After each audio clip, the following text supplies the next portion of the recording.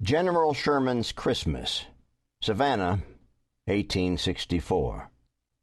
By Stanley Weintraub. Narrated by Ed Sala.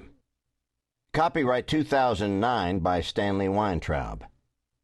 This unabridged audiobook is published by arrangement with Sterling Lord Literaristic, Incorporated, and was produced in the year 2009 by Tantor Media, Incorporated, which holds the copyright thereto.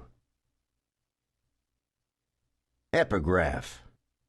Savannah, Georgia, December 22nd, 1864.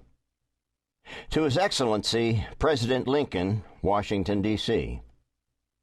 I beg to present you as a Christmas gift the city of Savannah, with 150 heavy guns and plenty of ammunition, also about 25,000 bales of cotton. W.T. Sherman, Major General. My dear General Sherman, many, many thanks for your Christmas gift, the capture of Savannah. When you were about to leave Atlanta for the Atlantic coast, I was anxious, if not fearful. But feeling that you were the better judge, and remembering that nothing risked, nothing gained, I did not interfere. Now the undertaking being a success, the honor is all yours. Yours very truly, A. Lincoln.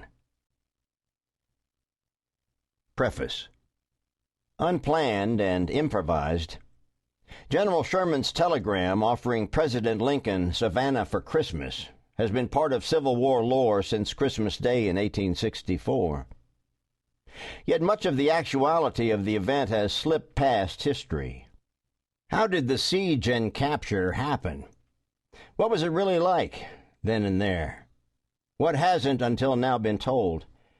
How much likely fiction in the multiplicity of accounts needs to be excised?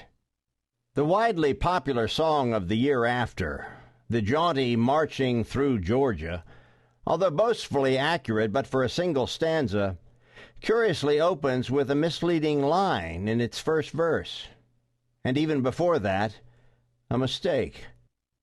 Bring the good old bugle, boys. We'll sing another song. Sing it with a spirit that will start the world along. Sing it as we used to sing it, 50,000 strong, while we were marching through Georgia. No one sang the ballad while marching through Georgia. Although brass bands pumped Blue Juniata and the melancholy When This Cruel War Is Over, to the patriotic Rally Round the Flag and the realistic Tenting Tonight, Henry Clay Work, ironically named for a Southern senator, composed Marching Through Georgia the year after. Further, the soldier in the verse recalling the march would have known that General William Tecumseh Sherman's 4 Army Corps and Independent Cavalry Brigade comprised over 60, rather than 50,000 infantrymen and light artillery, supported by several thousand horsemen. Wreaking deliberate ruin, the 300-mile march, familiar from many accounts, was a countrywide dose of noxious but needed medicine in a time of deadly plague. The Civil War had been initiated in misguided idealism by Southerners claiming the right to detach their states from a union they felt was undermining lawful property rights to human beings. Northerners insisted that the federal union, once entered into, was indissoluble. And to keep it so, the war had become as inglorious as it was long. In its 4th year, the idealism had vanished. Except for diehards, the glorious cause in the South was reduced to survival. The North had already paid a very high price for continuity.